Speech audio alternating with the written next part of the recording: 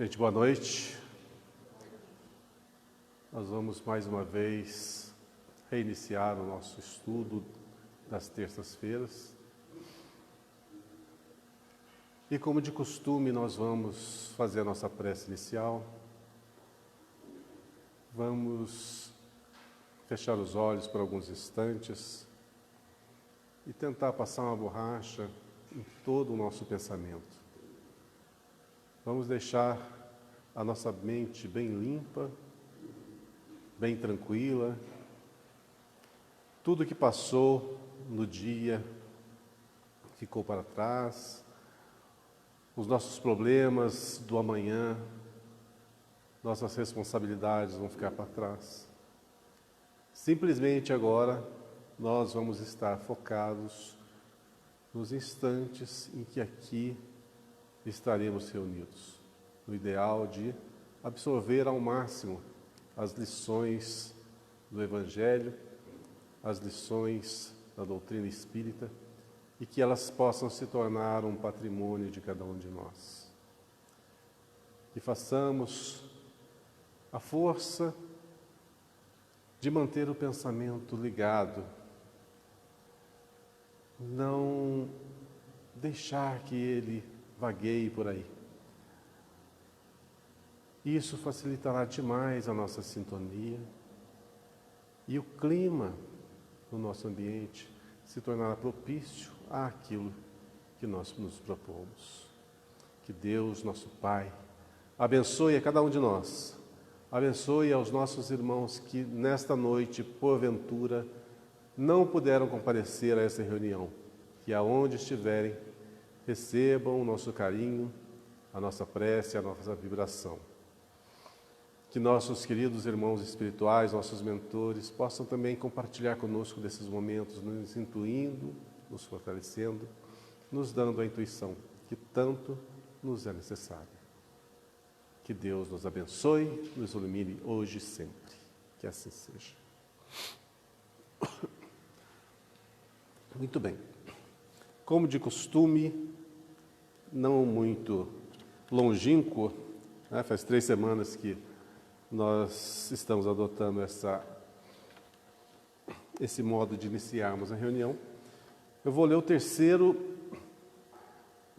item do livro Caminho, Verdade e Vida, para que a gente faça a introdução do nosso estudo da noite de hoje. Lembrando que Caminho, Verdade e Vida é o primeiro livro que o Emmanuel trouxe pela psicografia do Chico Xavier em forma de tradução do que está ali contido no Evangelho. Então são pequenos trechinhos do Evangelho que ele nos presenteia aqui e traz toda a sua definição. Às vezes nós lemos e poucas vezes compreendemos o conteúdo profundo que está por trás de uma frase ou de 2 frases. Então, Emmanuel facilita demais o nosso entendimento, fazendo um apanhado bem simplificado e bem profundo sobre esses trechos. Lembrando que esse trabalho gigantesco de Emmanuel está retratado em 6 ou 7 livros, se não me falha a memória, neste formato. E quem tem dificuldades em ler o Evangelho e trazer a compreensão à tona, aproveita e estuda através desses livros. E o primeiro é o Caminho, Verdade e Vida, e vamos ver um trechinho que está nesse item 3 e vamos desenvolvê-lo, tá bom? O título é Examina-te. Examina-te. Antes da gente ler qualquer coisa, vamos entender o título. Examina a ti mesmo. Olhe para dentro de si. O que nos traz essa exortação? Para nós nos conhecermos. Para que nós saibamos nossas potências, para que as desenvolvamos ainda mais. E as nossas limitações, para que as corrijamos. Mas não vou me adiantar no assunto, vou deixar que Emmanuel mesmo nos brinde e a gente vai falando sobre isso, tá? E o texto que está em Filipenses, capítulo 2, versículo 3 é o seguinte: nada faças por contenda ou por vanglória, mas por humildade. Olha, uma frase pequenininha, muito pequenininha. Vou ler de novo, tá? Só para a gente gravar bem. Nada faças por contenda ou por vanglória, mas por humildade. Nós temos aqui 3 palavrinhas básicas: contendas, vangloriar-se e humildade. Olhando para dentro da gente, vamos examinarmos, e pela primeira palavrinha aqui, contendas. A gente gosta de contendas. O que é contendas? Embates, né? Você entrar em conflito com alguém, ou debater, ou criar qualquer animosidade, ou frisar as diferenças, etc. Tá? Nós fazemos isso no nosso cotidiano. A gente aceita bem o próximo, ou a gente tem que sempre estar debatendo com ele? A gente aceita as pessoas limitadas como elas são, assim como elas aceitam as nossas limitações, ou gosta de embates? Nos dias atuais, uma das coisas mais comuns no nosso cenário é embates. Você liga a televisão, você entra na internet, o que mais tem é um digladiando com o outro. Principalmente, infelizmente, na questão política. Há embates de tudo quanto é forma. E quem que está com a razão? Eu falo quem que está com a razão. Aquele que persevera no que é certo, independente da sua posição. Primeiramente, uma das formas mais atuantes que devemos ter é desenvolver a nossa empatia, colocarmos-nos no lugar do outro e compreendermos o seu estágio, compreendermos o seu nível de aprendizado, de assimilação e aceitar aquelas ideias que esta pessoa ou essas pessoas elas possuem, mesmo estando dissonantes da nossa.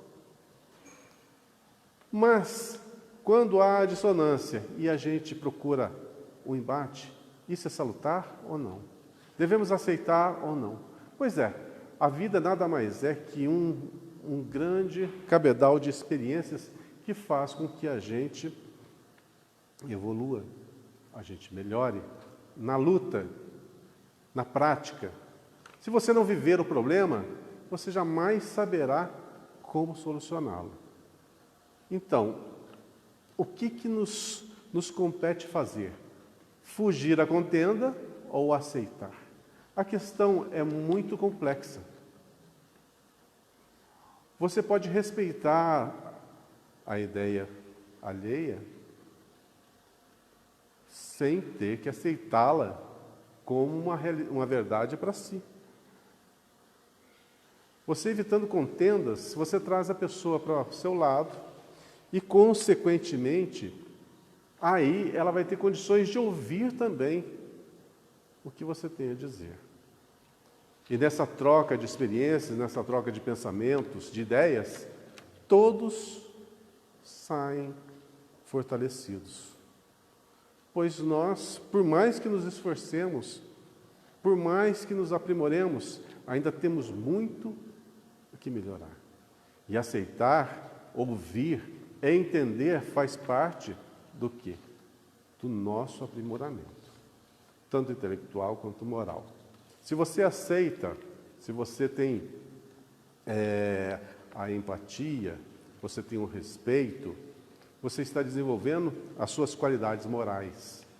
Se você ouve, absorve o que é bom e despreza o que é ruim, você está exercitando as suas qualidades intelectuais.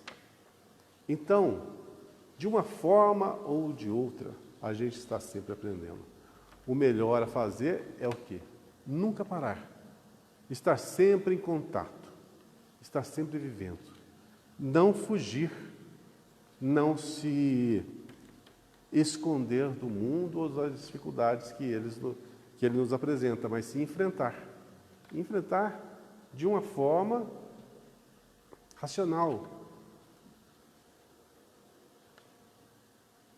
Lembrando que o texto chama-se Examina-te. Vimos o que é contendas. Agora, uma outra questão que está aqui bem frisado, vanglória. É nada mais que uma exaltação do que do nosso orgulho.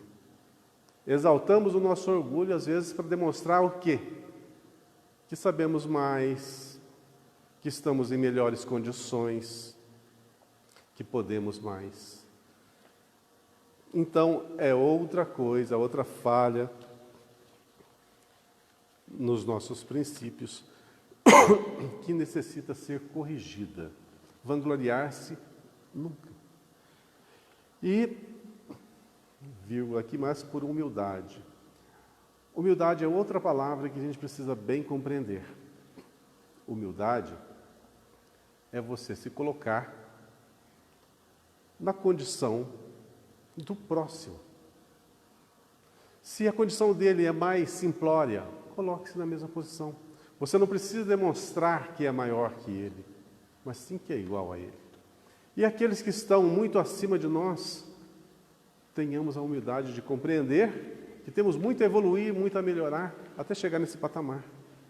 Aceitar as diferenças, mas viver a nossa parte da melhor maneira possível. Viver o nosso cotidiano, o nosso nível atual da melhor maneira possível. Então, voltando aqui ao texto, não faças contenda por contenda ou por vanglória, mas por humildade. Vamos ver agora a definição, já que eu falei bastante aqui, vou ler a definição do próprio Emmanuel. O serviço de Jesus é infinito. Na sua órbita, há lugar para todas as criaturas e para todas as ideias sadias em sua expressão substancial. Veja bem, na sua órbita, Jesus, né?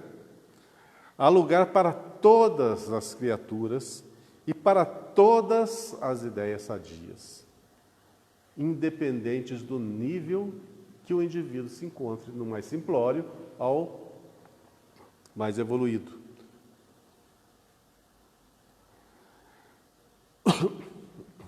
Há lugar para todas as criaturas e para todas as ideias sadias em sua expressão substancial. Se na ordem divina cada árvore produz segundo a sua espécie, no trabalho cristão, cada discípulo contribuirá conforme sua posição evolutiva. Está aqui uma coisa que vale a pena frisar, que muitas pessoas ficam esperando o quê? Que o seu nível seja altíssimo para poder trabalhar, para fazer alguma coisa pelo semelhante. Muitos esperam uma melhoria financeira, muitos esperam uma melhoria no seu nível moral mesmo, ou no seu nível intelectual, para mover alguma palha em prol do semelhante ou em prol da doutrina. Só que cada um de nós é uma engrenagem nesse mecanismo maravilhoso universal. E na condição que nós estamos, tem trabalho para nós. Na condição mais simplória que nossos irmãos se encontram, há trabalho para eles. Na condição mais evoluída que outros tantos se encontram, há também trabalho para todos. A experiência humana não é uma estação de prazer. Está aqui, ó. Essa frase deduz o nosso maior equívoco.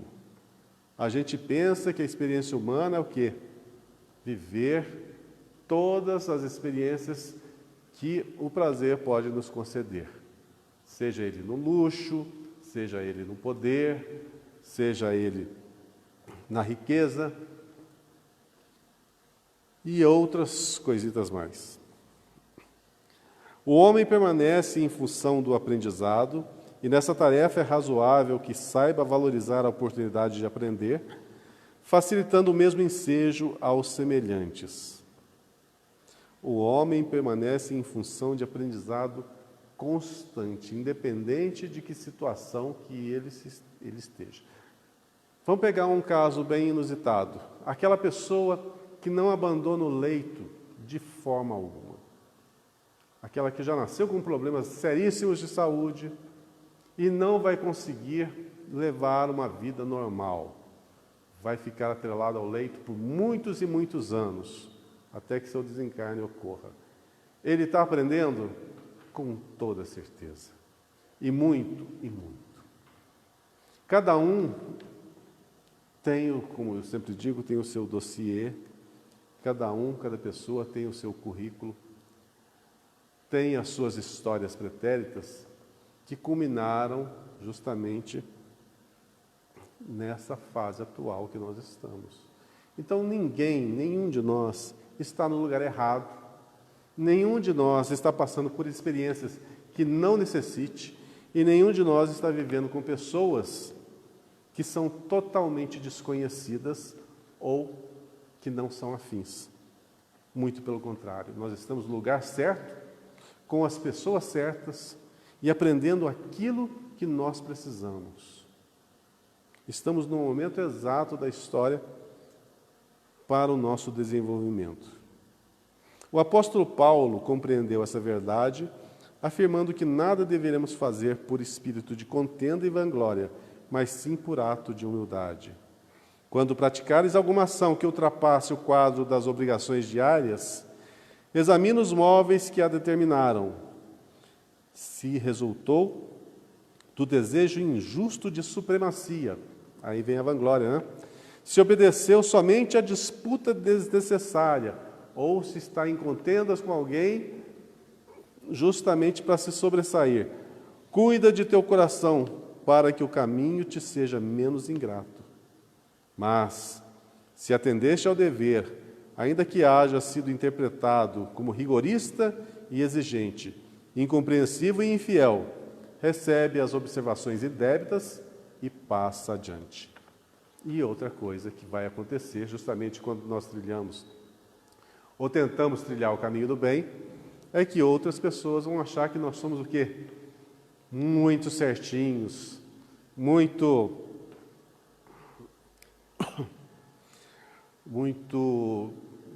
que termo que usa nos dias atuais? Na minha época era peixinho, né? Peixinho da professora. Aquele, não queria falar puxa-saco, não, mas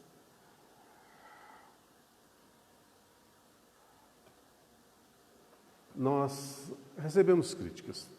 O fato é esse. E em qualquer condição que a gente tente avançar, vai receber críticas.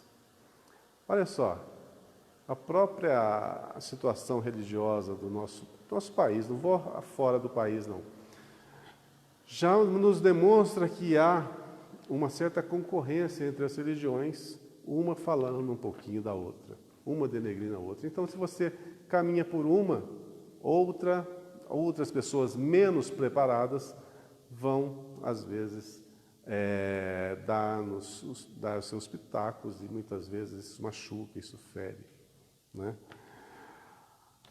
Mas é normal, principalmente na doutrina espírita. Hoje até que não tanto, mas algumas décadas atrás, você falar livremente que era espírita era uma questão de ser taxado de feiticeiro, de bruxo, de adorador de coisas ruins. Olha só como é que é o preconceito. E lembrando que a doutrina espírita fala o quê? Simplesmente de cristianismo. Só isso. Nada mais, nada além disso. Só fala de caridade, amor e fraternidade. O que isso pode ter de ruim? Não tem nada. Absolutamente nada. A doutrina espírita nada mais é do que o cristianismo revivido. Simples assim.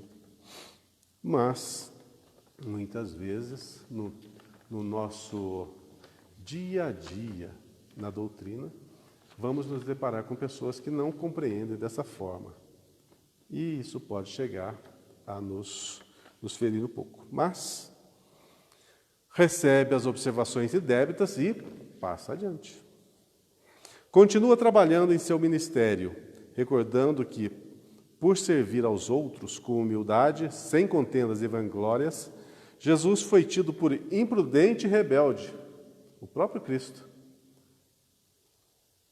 foi tido por imprudente e rebelde, traidor da lei e inimigo do povo.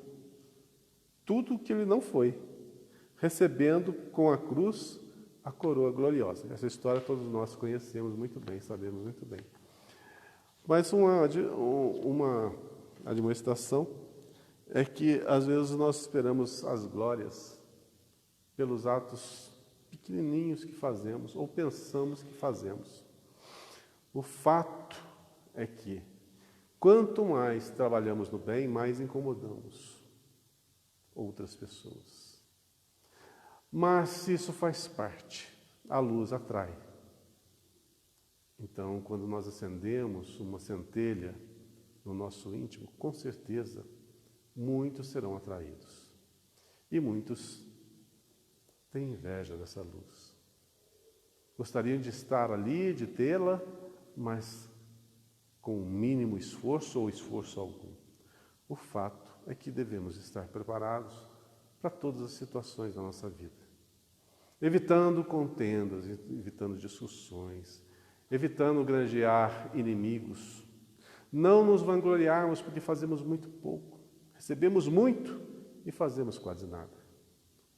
Mas devemos agir por humildade, com benevolência e caridade para com o próximo. Lembrando que nós somos amor e devemos viver esse amor em forma de atos, de palavras e de pensamentos.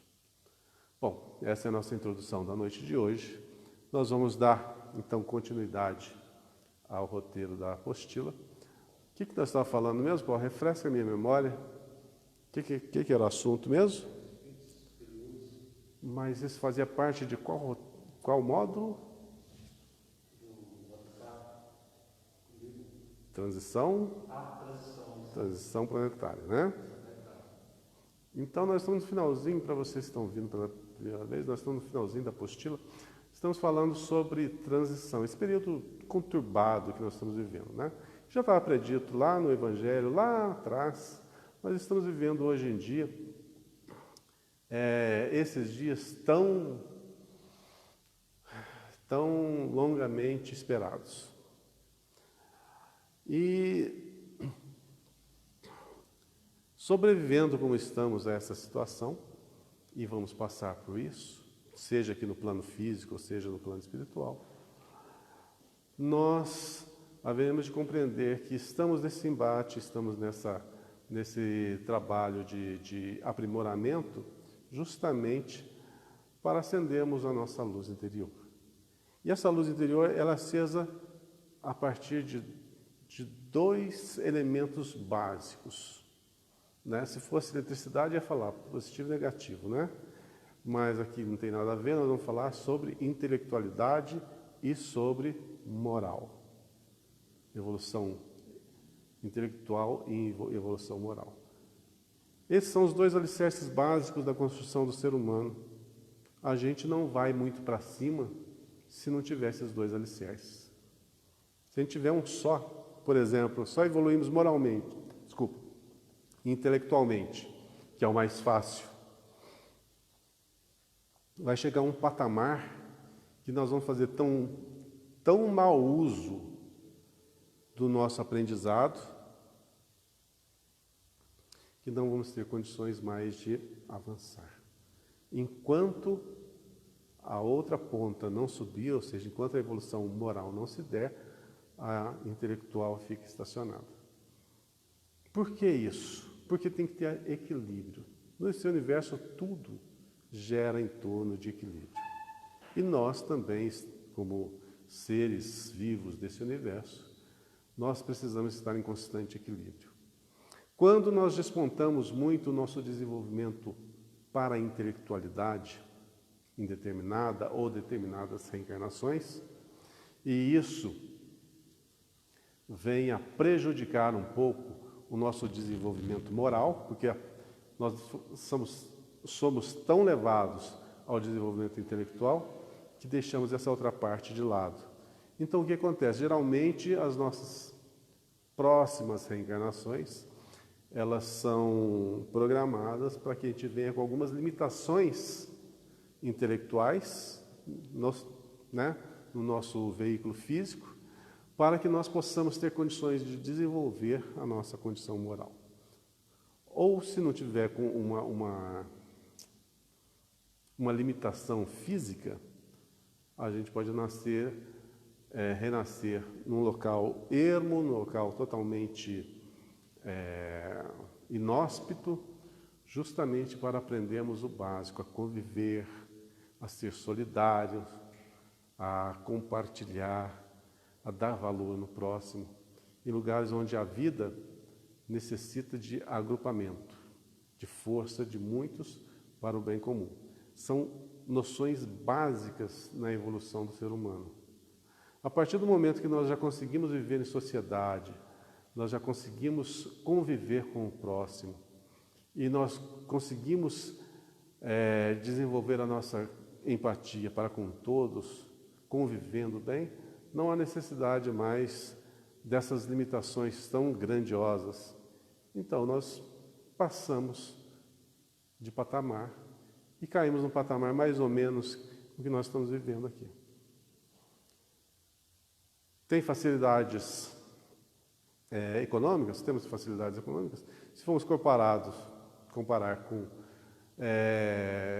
outros cenários, a gente está bem à frente. E com outros tantos cenários, nós estamos bem atrás. A gente sempre se queixa, né? Hoje, para ganhar o nosso pão de cada dia, para vestirmos, para nos alimentarmos, temos que nos esforçar. Mas e antigamente? Não era pior? Era pior. E chegamos nesse patamar por mérito da humanidade, por mérito do desenvolvimento social que nós conseguimos fazer. Então, se hoje nós estamos nessa condição de tecnologia, nessa condição sanitária muito, muito superior a um século atrás, muito superior mesmo, e com facilidade de estudo, assim, de uma forma grandiosa, isso se dá pela nossa evolução, pelos nossos méritos. Ah, mas tem pessoas que não têm isso. Lógico. Mas chegará também o seu momento. Assim como nós estamos tendo o nosso, outras pessoas que hoje não têm, o terão. E aqueles que fizerem mau uso também vão acontecer o quê? Futuramente sofrerão a privação para dar valor. Não só para dar valor, mas para aprenderem. Bom,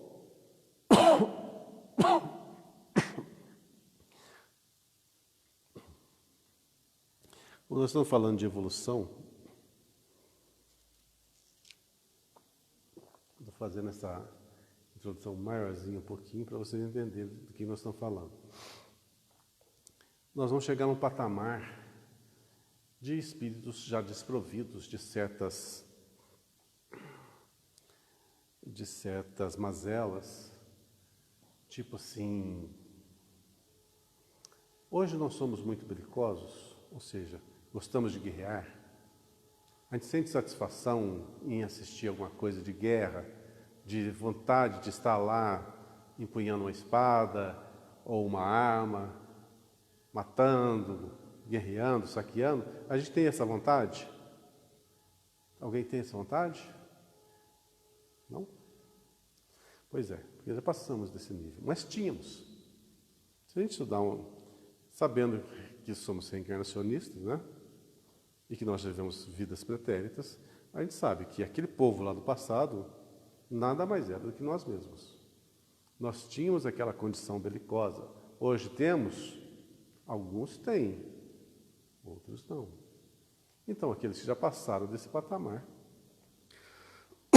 já aprenderam a lição e seguem a sua evolução. Evolução é isso. Você vai se desprendendo das suas limitações, do seu primitivismo, e vai angariando cada vez mais conhecimento intelectual e moral. Deixamos de ser espíritos primitivos para sermos, que espíritos que está na categoria ali, é espíritos puros. Vocês têm ideia do que seja um espírito puro? Aquele que está num nível que não tem mais impurezas, ou seja, não tem mais aquilo que nós temos. Egoísmo? Não tem. Orgulho? Vaidade? Isso, maldade? De forma alguma. Mas, pelo contrário. Vamos falar algumas virtudes aqui. Bondade? Sim. Generosidade? Possui. Mas em qual grau? No grau mais alto. Generosos nós somos, há de convir. Quem de nós aqui que não tem um certo grau de generosidade? Temos. De bondade? Temos. De empatia? Temos. Mas se formos classificar, qual o meu grau de fraternidade? De 1 a 10. A gente dá 10? Não dá. Espírito puro seria aqueles que alcançaram essa graduação máxima.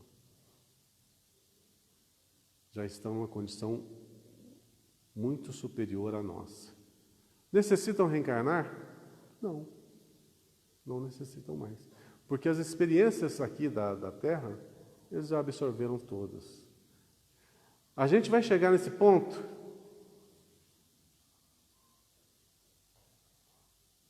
O que vocês acham? A gente vai chegar nesse ponto?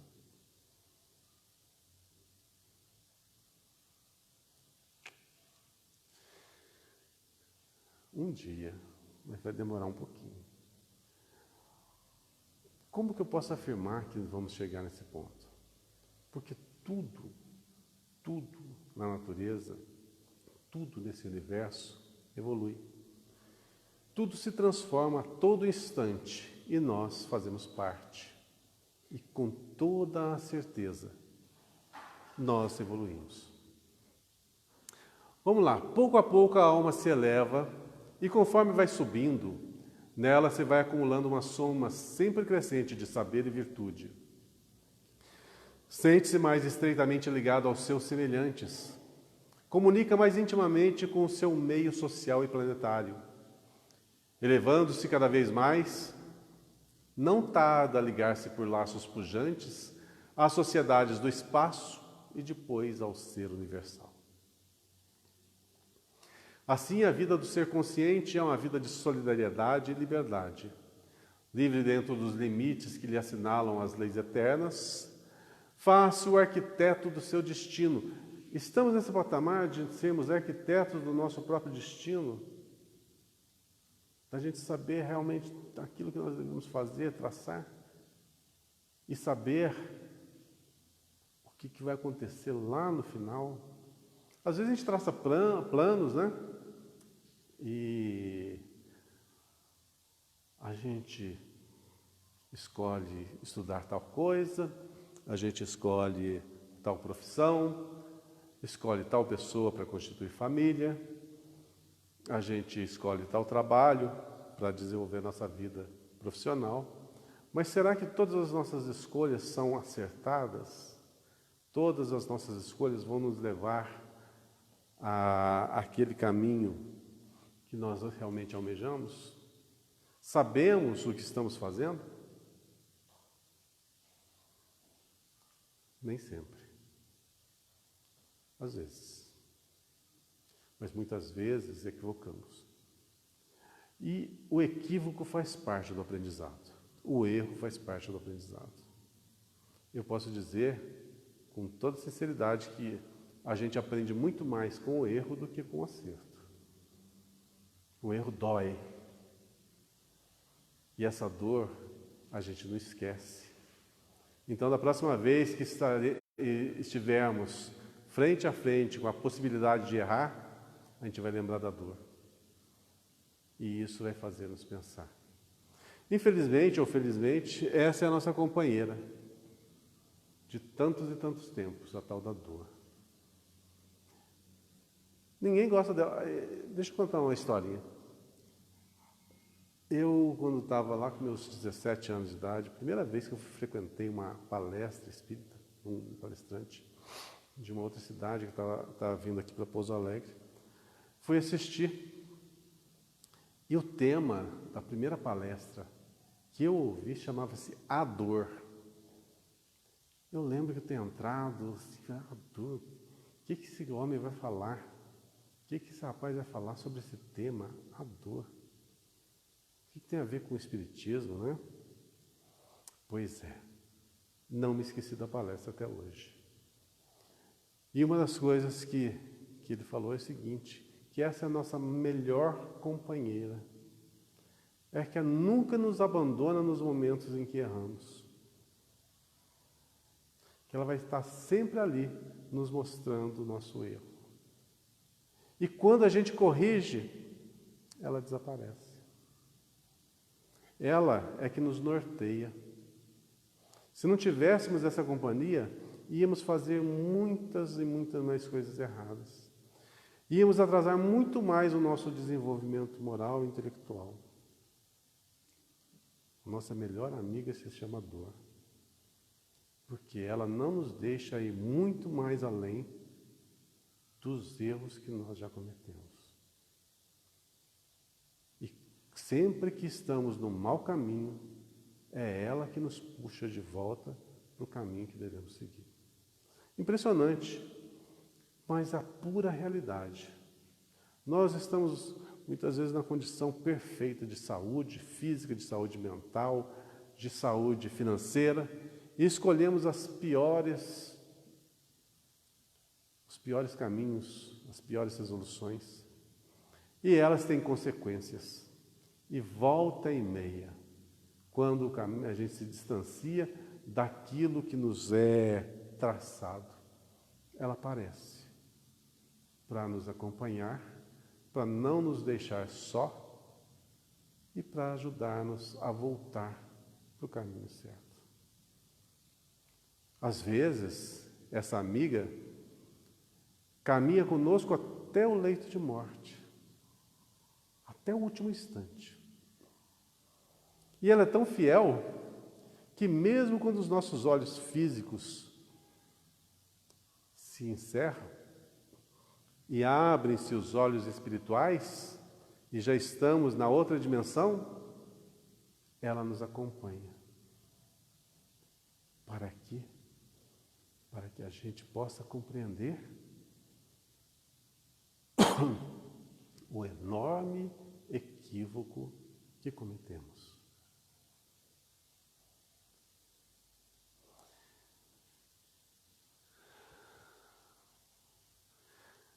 Livre dentro dos limites que lhe assinalam as leis eternas, faz arquiteto do seu destino. Parei aqui, né? O seu adiantamento é obra sua, do Espírito Superior, o Espírito Puro. É Ele que dita as normas. É Ele que dita o que Ele quer fazer, aonde quer atuar, onde quer desenvolver as suas qualidades, suas faculdades, o seu trabalho pelo próximo. Né? Totalmente. Já que você tocou nesse assunto, vou falar um outro. Eu acho que eu já falei isso aqui outras vezes, mas vou falar de novo. O espírito, quanto mais elevado ele se encontra, mais ele tem esse livre arbítrio, essa livre atuação. Eu li no livro Francisco de Assis, do Espírito Miramês, pelo médium João Nunes Maia. Esse livro tem na nossa biblioteca, que retrata a vida começa lá na vida de João Evangelista, né? Lá na ilha de Patmos, já estava com seus 100 anos de idade, prestes a desencarnar, né? Estava no final da vida. Foi quando ele escreveu lá o Apocalipse, né? Estava bem no finalzinho. E o livro inicia-se nessa fase da história. Aí narra o desencarne, né, de João, o único apóstolo que morreu de morte natural. E eu não sei se foi nessa desencarnação dele ou na próxima, mas se eu falar errado é mais ou menos uma coisa. Que é o mesmo personagem, são os mesmos personagens. Aí, assim que ele desencarnou, tem todo aquele processo do espírito se libertar da matéria e aquela fase de perturbação natural, né? Que ele adormece, chega para o lado de lá meio assim, meio lá, meio cá, né? Como a gente quando acorda. Né? E talvez Jesus a esperá-lo. E a primeira coisa que Jesus fala para João é o seguinte: levanta-te, nós temos muito trabalho a fazer. Parece irônico, ele acabou de desencarnar, estava recuperando a lucidez, né, no plano espiritual, e Jesus já o conclama: levanta que nós temos muito trabalho. Isso nos faz pensar o seguinte: quão alto quilate João era. Porque as limitações físicas para ele eram muito fáceis de driblar. Bom, passa-se os séculos, muitos e muitos séculos, e na história narrada no livro, né? E vamos lá para o ano de 1000 e alguma coisa, 1100, 1200, por aí, depois de Cristo. Passa-se mais de um milênio. E João, ele é novamente narrado no livro, no plano espiritual, e narra o que ele planejando a sua reencarnação aqui na Terra. Ele planejou toda a reencarnação, todos os detalhes. Quem seriam os pais, aonde nasceria, o seu aspecto físico, tudo foi traçado pelo próprio Espírito. Então, se ele fez o seu planejamento reencarnatório inteirinho, quer dizer que é um espírito de alta envergadura, de alto nível de conhecimento, altíssimo nível de conhecimento. É nisso que está frisando ali, ó. Faça o arquiteto do seu destino. Sabia onde que tinha que nascer, por que tinha que nascer ali e o que ele tinha que fazer naquela experiência. Então João volta na Idade Média e reencarna em Assis como Francisco de Assis. E não preciso narrar a história de Francisco de Assis, né? A importância que ele teve na Idade Média. A igreja estava indo por caminhos sombrios e ele foi aquele que, com a sua humildade, a sua dedicação, né, fez rever os pontos básicos do cristianismo na igreja católica. O seu adiantamento é obra sua. Nenhuma fatalidade o oprime, salvo a dos próprios atos, cujas consequências nele recaem. Mas não pode desenvolver-se e medrar senão na vida coletiva, com o recurso de cada um e em proveito de todos.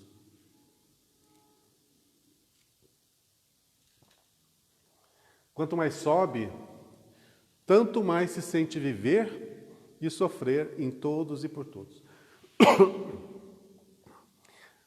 Já que nós estamos falando de espíritos evoluídos, né, de alta envergadura, vale a pena a gente frisar Jesus, né, que é o maior que pisou aqui na Terra.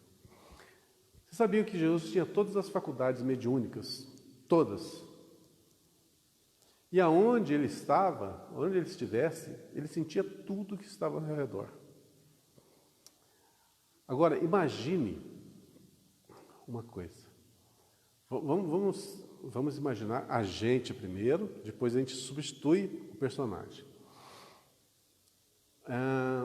Alguém aqui de vocês trabalha em hospital, junto com enfermos? Não, né? Trabalha? Você é o quê? Você é enfermeiro. Então você está mais habituado com esse ambiente do que nós, né? Mas para nós que não temos essa vivência, para a gente, principalmente para mim, estou falando mais por mim do que por vocês, é muito chocante você estar em contato direto com a dor do próximo. Eu creio que para você também seja complicado, né? Apesar de você estar trabalhando nessa função muito honrosa, né? Muito difícil, o fato de você estar nesse ambiente, a dor do próximo às vezes te martiriza, não martiriza? Às vezes você vai para casa e aquela imagem, né? Aquela perda, aquele sofrimento, às vezes sofrimento de filhos, de pais, de parentes, tudo aquilo ali está no seu consciente. Muito bem. Imagina que... Qual que é o seu nome? Alexandre. Vamos tirar o Alexandre desse cenário e vamos pôr Jesus ali, tá? Só que nós vamos ampliar um pouquinho. Em vez de ser simplesmente no local de trabalho, lá no hospital, onde ele exerce a sua função, ele consiga captar as dores de todo mundo que está à sua volta. Viver assim, sensorialmente isso, captar isso. Agora, recuemos 2000 anos atrás. Vamos ver que aquele povo era hostil. Ali a escravidão imperava em todos os lugares. Ali a morte era uma coisa assim banal. As pessoas serem chicoteadas, né? Serem apedrejadas, fazia parte do cotidiano. Agora, pensa a sensibilidade do Cristo. A mediunidade dele, a psicometria, ele sentir tudo que está no ambiente. Então ele ouvia e sentia as dores, não só das pessoas, como até dos próprios seres vivos que estavam à volta. Vocês já repararam que no Evangelho tem muitas situações assim, Jesus se distanciou para orar, Jesus se distanciou e foi orar em tal lugar, sozinho. Já ouviram esses comentários? Por que ele fazia isso? Era um momento que ele se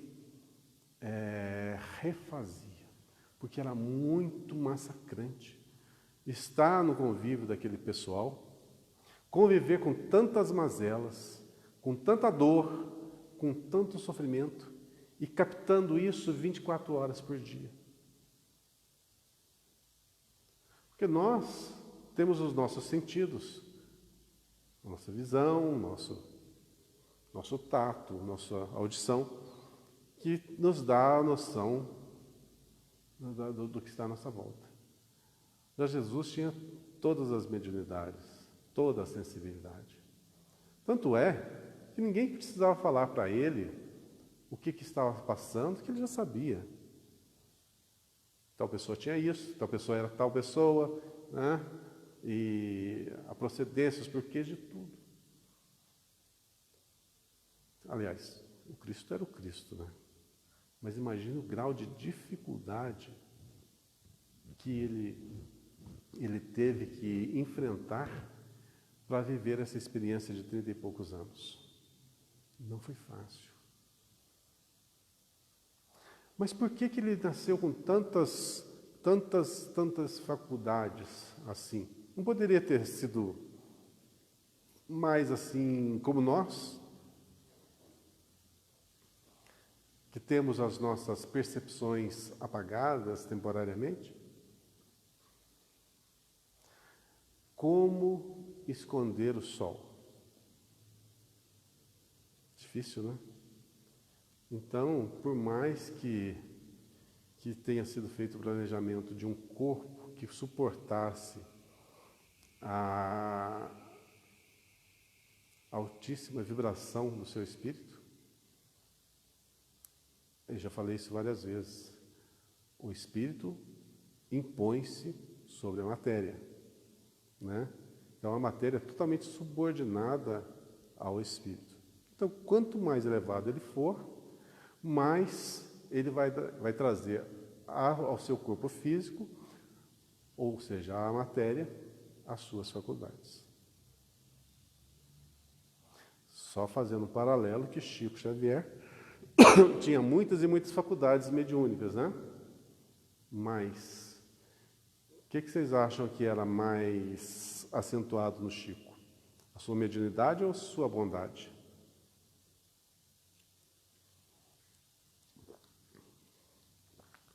Se vocês lerem as biografias dele, vocês vão ver claramente, nitidamente, que a bondade dele era muito, muito superior. Então ali tinha um espírito de alta envergadura também. Onde que eu parei, Paulo? Proveito de todos. Tá. Sobe um pouquinho, por favor. Quanto mais sobe, tanto mais se sente viver e sofrer em todos e por todos. Olha, mais ou menos o que eu falei. Ó. Quanto mais o espírito se eleva, mais se sente viver e sofrer em todos e por todos.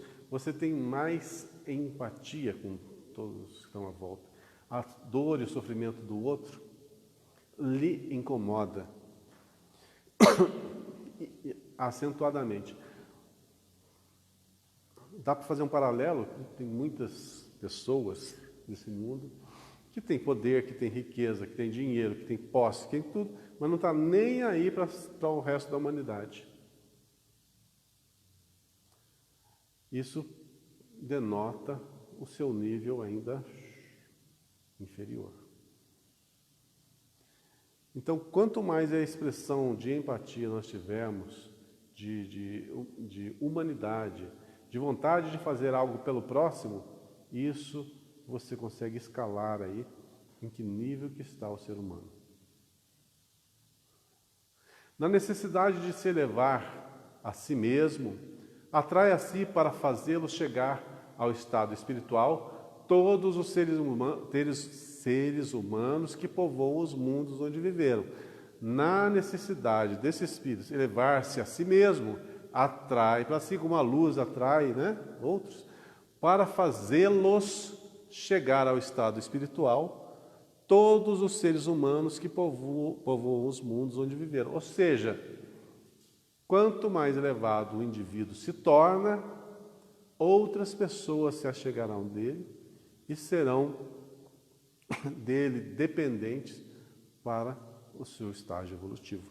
Assim como nós somos dependentes do Cristo para traçarmos a nossa melhoria espiritual, né?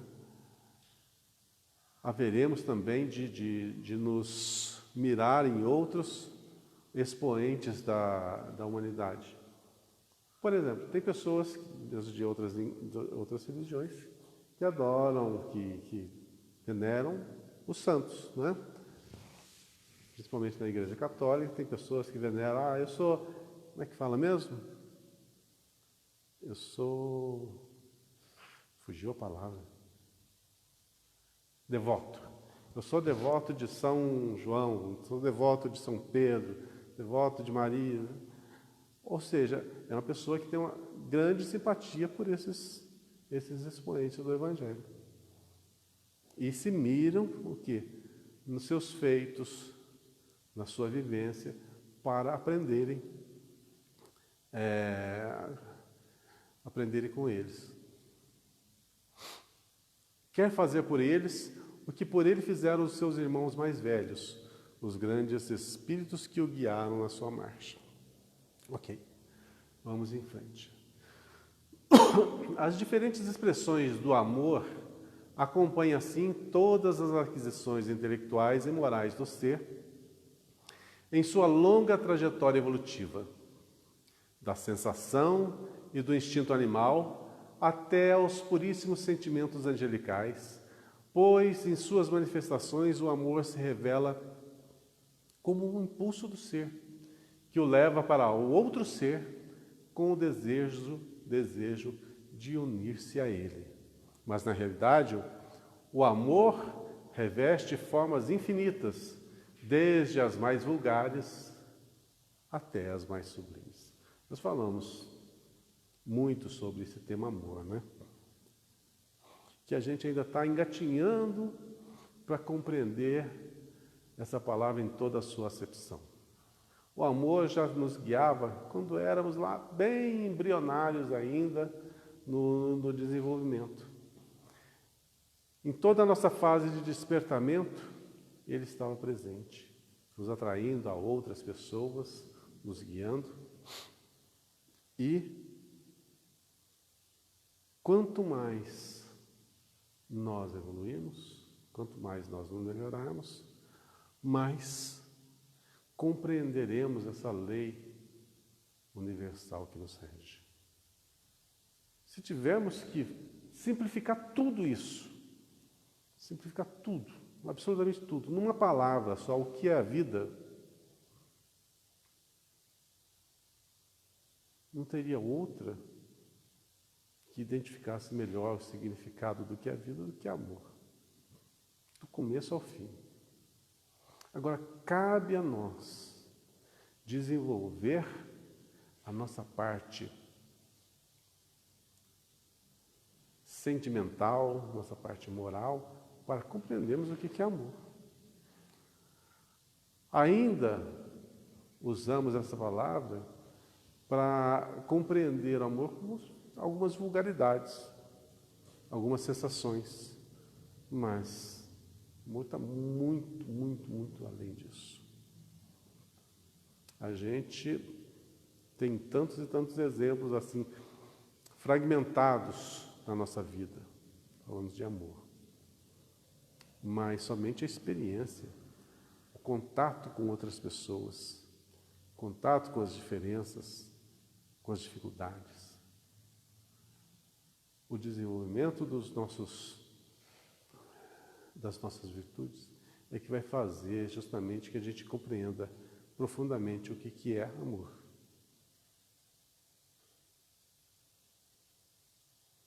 Terminei ali, Paulo?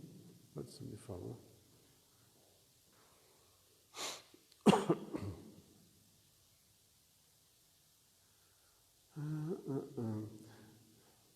Peraí que você já sobe, só ler aqui. O princípio da vida universal proporciona à alma, em suas manifestações mais elevadas e puras, a intensidade de radiação que aquece e vivifica tudo em roda de si. É por ele que ela se sente estreitamente ligada ao poder divino, foco ardente de toda a vida, de todo o amor. O amor é uma força inexaurível, renova-se sem cessar e enriquece ao mesmo tempo, que dá e aquele que recebe. É pelo amor, sol das almas, que Deus mais eficazmente atua no mundo. Por ele atrai para si todos os pobres seres retardados nos antros da paixão, os espíritos cativos na matéria. Eleva-os e arrasta-os na espiral da ascensão infinita para os esplendores da luz e da liberdade. O amor conjugal, o amor materno, o amor filial ou fraterno, o amor da pátria, da raça, da humanidade, são refrações, raios reflatados do amor divino, que abrange, penetra todos os seres e, difundindo-se neles, faz rebentar e desabrochar 1000 formas variadas, 1000 esplêndidas florescências de amor. Aqui nós vimos tantos e tantos exemplos de amor, e a gente ainda costuma vulgarizar essa palavra. É uma expressão, assim, das mais difíceis da gente compreender em sua integralidade. É vivendo. Somente vivendo vamos desenvolver essa potência. Nós somos amor. Eu costumo sempre frisar isso. O que nós somos? Nós somos amor. Mas somos aquele diamante que se encontra ainda na forma de pedra bruta, que não tem aquele brilho, que não tem aquela aparência belíssima, mas não deixa de ser um diamante, mesmo na forma bruta. E o que faz com que esse diamante brilhe e adquira formas belíssimas? A dureza da lapidação. E essa lapidação se dá através das múltiplas existências, em todas as experiências que esse mundo pode nos fornecer. Nas dificuldades, nas perdas, nos nascimentos, nas escolhas equivocadas que nos fazem aprender, nas escolhas certas que nos dão a satisfação do êxito. Tudo que vivenciamos nessa vida é a experiência que vai fazer com que nós tornemos aquele ser melhor, mais forte e mais belo que ansiamos por nos tornar. Quem não quer ser uma pessoa, tipo assim, super-homem? Aquele que tem todos os poderes, que tem toda a força, que nada pode subtraí-lo, nada pode colocá-lo para baixo. Nós queremos ser essa fortaleza, mas não uma fortaleza física, mas uma fortaleza moral, uma fortaleza espiritual. Lembrando uma coisa que é bem necessário se frisar. Nós não somos esse corpo, nós estamos nesse corpo. Nós não somos assim. Nós somos muito mais do que isso. A gente não consegue nos ver de outra forma. Por mais que nos esforcemos, por que a gente não consegue nos ver com outro corpo, com outra forma, mais bela, diferente? Porque tudo nesse universo é fruto de desenvolvimento. A natureza não dá saltos. Se hoje nós estamos aqui nessa condição hominal, com esse corpo, dessa forma, isso é resultado de milhares de anos de experiência, passando pelas mais difíceis provações, circunstâncias. E somos esse resultado agora. Somos o resultado de múltiplas e milenares experiências. Eu acho que o pessoal está saindo. Se você quiser dar uma abridinha lá, vocês vão conseguir sair.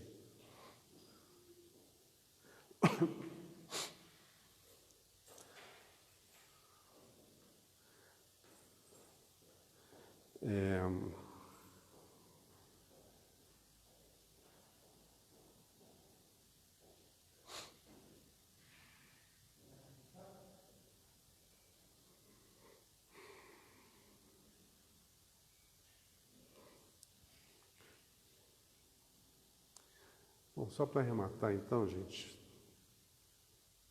nós somos hoje resultado de múltiplas e milenares existências. Mas essa forma que estamos vivenciando é temporária. Essa forma, ela vai se modificar. Nosso espírito é muito mais do que isso. Estamos hoje condicionados a essa aparência, condicionado a essas limitações.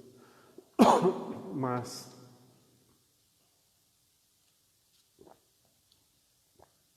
lembremos da grandiosidade desse universo.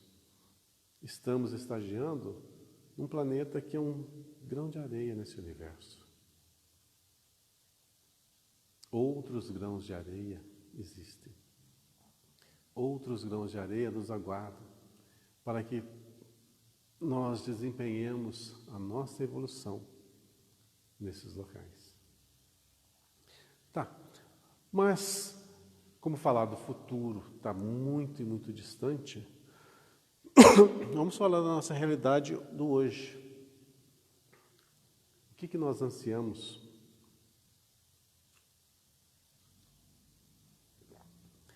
Quais são as nossas possibilidades? Como exercitar o amor que nós já desenvolvemos?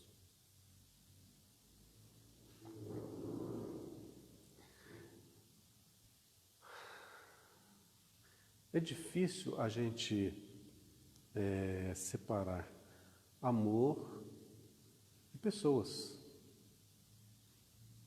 Não tem como viver esse sentimento sem que pessoas estejam envolvidas. E uma das formas de exteriorizarmos é justamente fazer algo pelo próximo.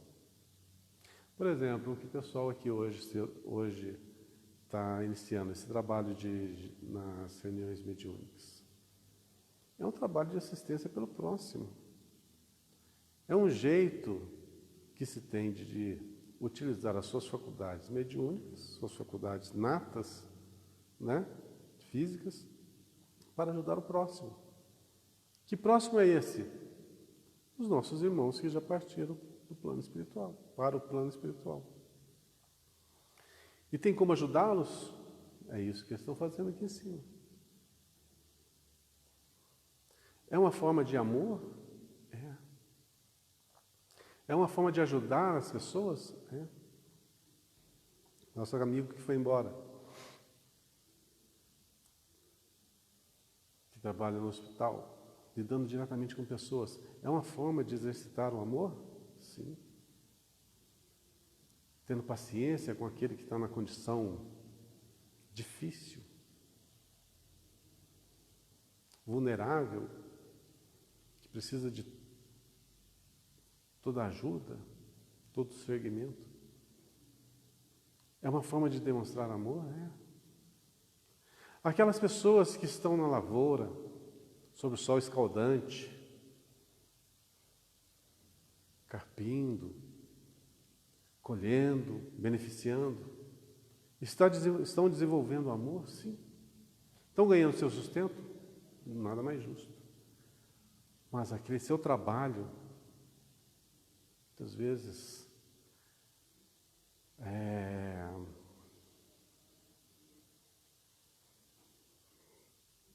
sobre um sol que massacra as suas condições físicas, está se doando pelo trabalho, pelo próximo? Sim. Aqueles que estão nas fábricas, costurando, tecendo, criando, estão exercendo o seu amor também?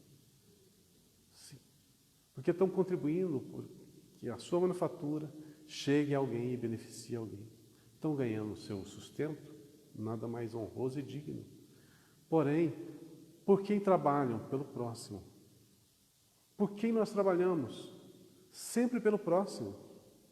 Como que ganhamos o nosso sustento? É pelo próximo. E por que tudo isso?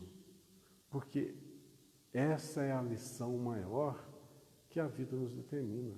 Aprender a trabalharmos uns pelos outros. Os espíritos que chegam na condição de espíritos mais iluminados, mais puros, o que eles fazem depois que alcançam esse patamar? Trabalham pelo próximo. Lembra o caso de João que eu falei para vocês? Que reencarna alguns séculos depois como o Francisco de Assis. Por que ele reencarnou como Francisco de Assis e teve aquela vida que ele se impôs? Porque quem sabe a história sabe que Francisco de Assis ele nasceu numa família abastada. Seu pai era comerciante, tinha bastante dinheiro. O que ele fez? Abandonou tudo, inclusive a roupa do corpo, e saiu nu de casa.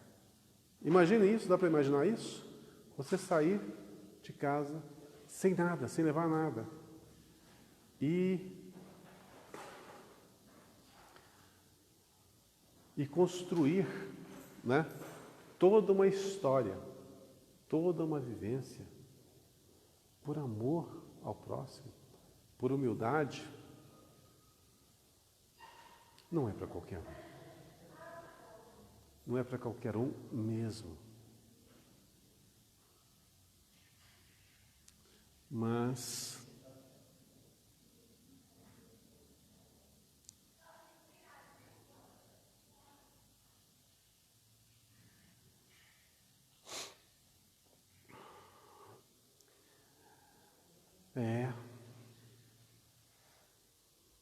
a gente não sabe o que nos aguarda, né? Se a gente for traçar uma linha, que será do nosso destino, a gente não sabe.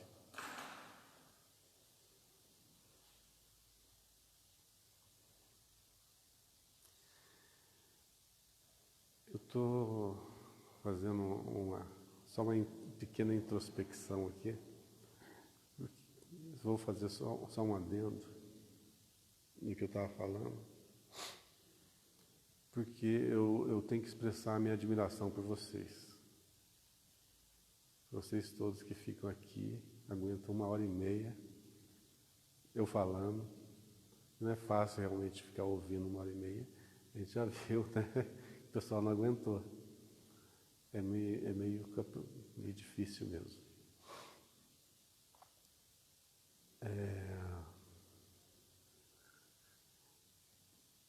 Sem disciplina e sem apuração da vontade, a gente não vai longe. A doutrina, ela espera de nós que a gente sempre esteja fazendo um pouquinho mais a cada dia. Espera que a gente esteja sempre melhorando, nos tornando mais fortes e focados naquilo que a gente quer. Paulo, por hoje nós encerramos esse roteiro, né? Terminou aqui, né? Semana que vem é o 8º?